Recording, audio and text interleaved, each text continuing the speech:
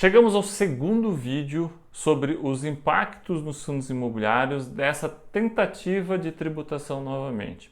Então, nós tratamos no outro vídeo as minhas preocupações sobre o projeto de lei 1952, os problemas de redação que tem que podem gerar problema no futuro. E agora eu quero tratar com vocês o que realmente impacta os fundos imobiliários. Muitos investidores estão na dúvida, vai acabar os fundos imobiliários, suas cotas vão desvalorizar horrivelmente. E eu discordo disso, eu entendo que não vai acontecer isso. Tá? Por quê? Por que isso não vai acontecer, gente? Investimento é um processo comparativo. Eu comparo o investimento A com o investimento B, com o investimento C, com o investimento D. Qual deles pode fazer parte do meu portfólio para aumentar a minha diversificação e qual deles vai ser mais eficiente? A eficiência eu tenho tanto do ponto de vista risco-retorno quanto do ponto de vista fiscal, evidentemente. Tá? E o que o projeto de lei 1952 faz? Ele acaba com praticamente todas as isenções de investimentos no Brasil. Ele acaba com as isenções de LCI, CRI, LCA, CRA, dividendos de ações e fundos imobiliários. E aí, novamente, vamos para o comparativo. Tá? Vamos para o comparativo. Quem que vai ficar isento nessa história toda para eu dizer fundo imobiliário não vai valer mais a pena, fundo imobiliário vai ter que cair 20% de uma vez só e nunca mais vai subir?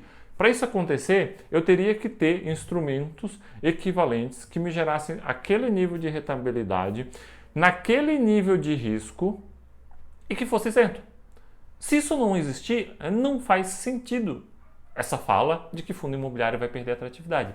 Sim, num primeiro momento, o mercado se assusta demais. Lembre, o mercado sempre tem essa visão meio maníaco-depressiva, é muito para cima, é muito para baixo. Então, num primeiro momento, ele se assusta e joga sim a cotação para baixo. Isso é inegável. Mas, na minha opinião, rapidamente se ajusta. Por quê? Porque eu não tenho o comparativo.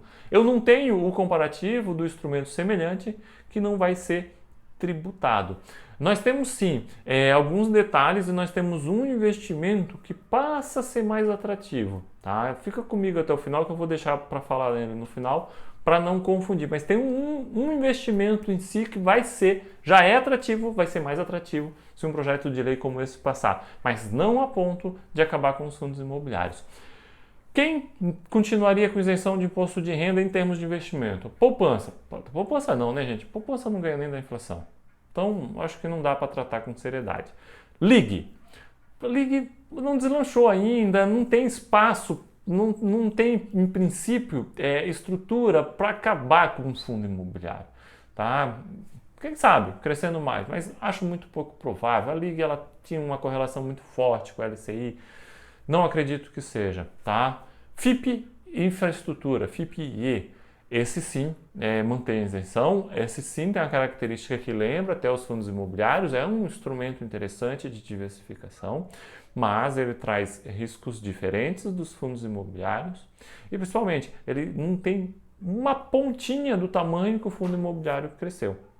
Tá? Então ele não teria condições de absorver esse universo dos fundos imobiliários a ponto de você dizer, não, o fundo imobiliário vai acabar. O que pode acontecer é realmente haver um crescimento das FIPs de infraestrutura que possuem essa isenção de imposto de renda, tanto no rendimento quanto no ganho de capital, e em princípio está mantido. Pelo projeto de lei não tem nada que vai revogar esse incentivo que elas existem. Não vai conseguir absorver o fundo imobiliário. Então, você não tem como dizer que vai acabar o fundo imobiliário, vai perder a atratividade do fundo imobiliário por causa deles. Eles vão realmente se tornar mais atrativos. E aí, putz, mas para onde que eu vou então? Então, muitos investidores estão pensando o seguinte, não, mas os dividendos de ações vão ser mais interessantes. Por quê? Porque eu vou pagar, além de pagar menos imposto, porque está lá previsto 15% na fonte, vai haver uma contrapartida da redução da tributação da pessoa jurídica. Então, eu pago mais imposto, eu recebo menos dividendo, mas o lucro vai ser maior, então no final das contas vai dar elas por elas. O seu raciocínio está parcialmente correto, tá? Ou parcialmente errado, depende do ponto de vista. Por quê?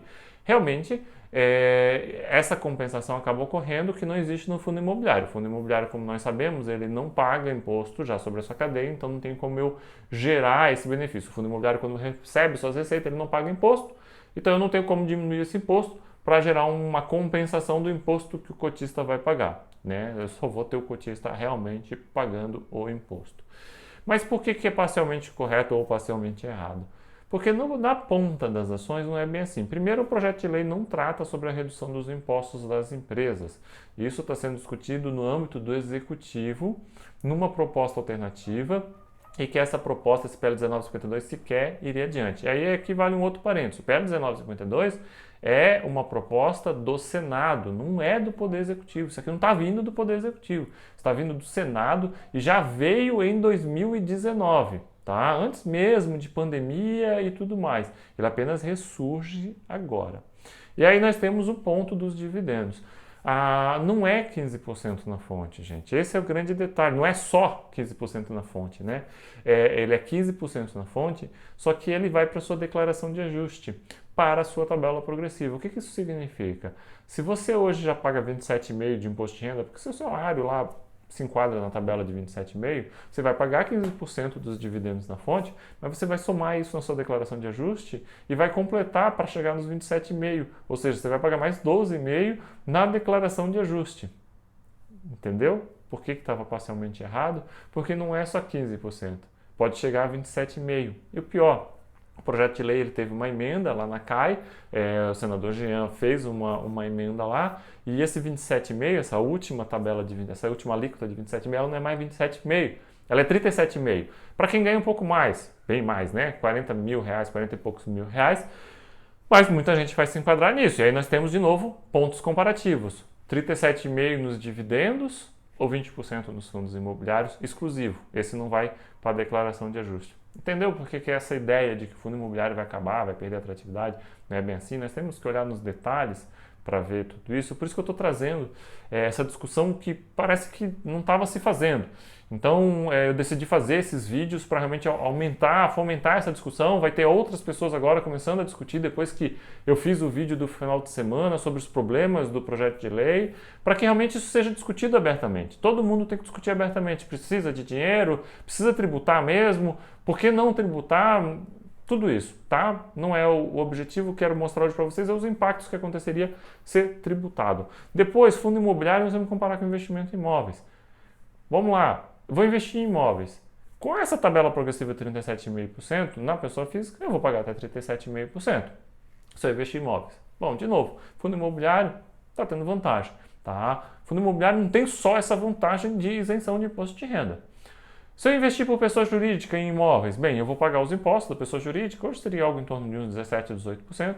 E, de novo, os dividendos, tá, vão ser tributados. Quando eu distribuir os dividendos da minha pessoa jurídica, eu vou tributar, porque dos objetivos de tributar os dividendos não é por si só arrecadar das empresas de capital aberto, mas sim acabar com a tal da pejotização que acontece no Brasil para se pagar menos impostos.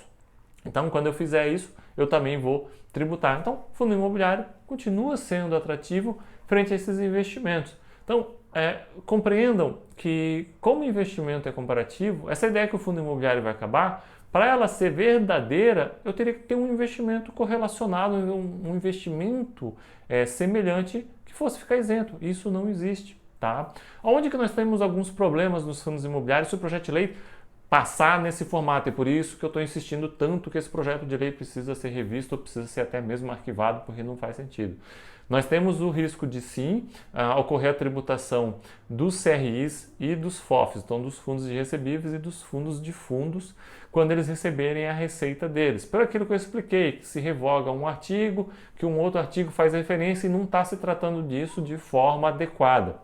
E aí justamente essas duas classes de fundos imobiliários, elas sofreriam essa dupla tributação. O fundo imobiliário paga o imposto quando receber a receita e depois o cotista diminui o lucro, diminui o rendimento distribuído e o cotista ainda paga imposto sobre esse rendimento distribuído, reduzindo ainda mais, tá? E tecnicamente isso não é bitributação. Isso é importante falar porque muita gente fica falando que é bitributação é ilegal e aí acham que isso não vai acontecer porque é bitributação. Isso não é bitributação. Isso é uma tributação dupla mesmo, duas vezes. É injusto, mas não é ilegal. O fundo imobiliário paga e depois o cotista paga, tá? É importante nós entrarmos nesse detalhe. Então, realmente, o fundo imobiliário, principalmente o de tijolo, ele não sofreria tanto impacto. Sofreria quê? Aquele fundo imobiliário de tijolo que tem um FII na carteira, que tem LCI, tem CRI na carteira. Fundo imobiliário, por exemplo, que tem CRI para fazer neutralização de alavancagem. Se o projeto de lei passar desse jeito, teria impacto, tá? Eu espero que o projeto de lei seja pelo menos revisto, já que eu estou começando a fomentar essa discussão que ninguém estava querendo fazer, eu acho que agora vai começar a surgir cada vez mais, nós vamos realmente ver mais pessoas discutindo e vai se concluir de que o projeto de lei do jeito que está não faz sentido. E como eu prometi para o final do vídeo, qual classe de ativos fica mais atrativa? E por isso, não faz sentido, na minha opinião, tributar fundo imobiliário. REITs. Sou um grande fã dos REITs, estudioso e investidor. Reduzi muito minha posição em REITs via BDR, agora tem mais ou menos uns 45 dias. Um outro vídeo eu explico exatamente o que me levou a isso. Mas é um instrumento incrível, um instrumento realmente fantástico, mas ele tem uma desvantagem fiscal, ele paga 30% sobre o imposto, sobre a receita dele, porque nós não somos americanos, então o dinheiro vem de lá e o governo americano nos taxa em 30% sobre o rendimento. E aí você acaba tendo realmente essa ineficiência fiscal, que perde um pouco da atratividade. Mas, de novo, é só um dos pontos. É um instrumento fantástico, extremamente eficiente. Quando eu tributar fundo imobiliário, que seria, vamos dizer assim, o seu equivalente, o seu primo aqui no Brasil, aí sim, de novo, comparativos, então nossos equivalentes, com níveis de eficiências diferentes por causa das diferenças que eles existem, aí sim eu começo a olhar para os REITs com muito mais benefício. Porque se o fundo imobiliário tinha um benefício da isenção, me gerava uma série de questões, era interessante, podia roubar esse dinheiro, parte desse dinheiro dos REITs, eu começo a ver os REITs como bem interessante. E aí eu começo a migrar mais dinheiro para REITs, seja via BDR, seja via investimento direto. E aí, olha a sandice. Eu quero tributar um instrumento do Brasil para arrecadar uma miséria, que não vai dar R$1 bilhão por ano, tá? E posso tirar parte do dinheiro que ficaria no Brasil para crescer essa indústria e levar para os Estados Unidos, para os REITs. Então, olha que falta de reflexão que nós estamos tendo no Brasil. Então, sim, os REITs são um dos poucos investimentos que eu entendo que poderiam se beneficiar dessa tributação dos fundos imobiliários. Fora isso, não tem essa ideia de matar os fundos imobiliários. O que vai acontecer na técnica? Os bancos, que são grandes beneficiados dessa tributação, vão poder pagar menos dos seus CDBs, porque hoje o comparativo deles é a LCI. A LCI paga 98% do CDI isento de imposto de renda, o banco tem que pagar 120%, 130% do CDB. Ele vai poder pagar 100% do CDB. E veja, LCI e CDB, eu nunca falo fundo imobiliário e CDB. Por isso que, na minha opinião, sim, o mercado vai dar aquela queda, aquele susto, deve cair inicialmente, mas se ajusta com o tempo. Essa é a minha visão. E com um tempo muito rápido, porque entre investidores adicionais, entram investidores novos, se a cotação cair novamente, começam a refletir que não tem comparativo e eles se valorizam. A pena vai ser essa, que nós vamos ter mais pessoas mandando dinheiro para o exterior, seja via PDR, seja via investimento direto, de qualquer uma das duas formas você está mandando dinheiro para fora, tá? E aí, ao invés de nós fomentarmos a nossa indústria, fomentarmos a nossa economia, nós estamos fomentando a indústria americana. Então fica aí também esse ponto de reflexão. Gostou? Curte, compartilha e até o próximo vídeo.